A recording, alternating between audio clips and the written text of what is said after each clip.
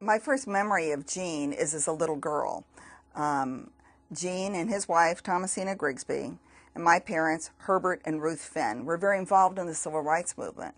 And as they would have meetings in different people's houses, the children of the civil rights leaders would be in different people's houses, and we would be running around while our parents were working on these major projects, knowing that they were doing something significant, but not necessarily always knowing exactly what it was. Gene and Thomasina represented a husband and wife team that had very diverse interests, but that were both very involved in the movement. Some of the significant things that Gene did was he was actually the art teacher at Carver, which was the all-black high school that was shut down as a result of the lawsuit that my father and the first black lawyer in Arizona, Hazel B. Daniels, filed and successfully litigated to desegregate Phoenix Union High School District. Now, the goal was not to close Carver. The goal was to integrate the schools.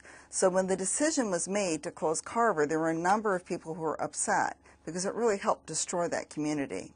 But Gene went on from Carver to become one of the first full black professors at ASU as an art professor.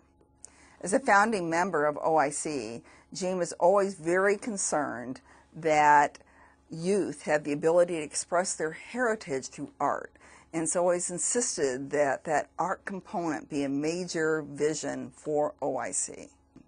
And a couple of the things that I recall are Gene working with youth of color to express their heritage through art.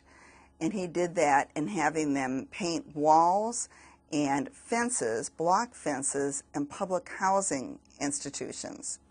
The other thing that he did, and remember we're talking the 50s and 60s now, and maybe even a little bit later, is he would approach presidents of these financial institutions in these sterile buildings in downtown Phoenix and say, I want you to display this art in your lobbies.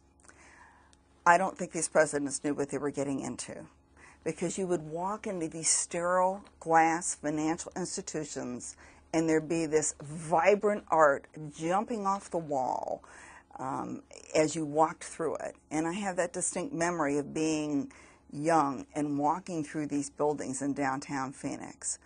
And we were just very honored and grateful to have had Gene and Thomasina in our lives, and to have the appreciation for art, and particularly art and youth, that Gene helped bring to Phoenix.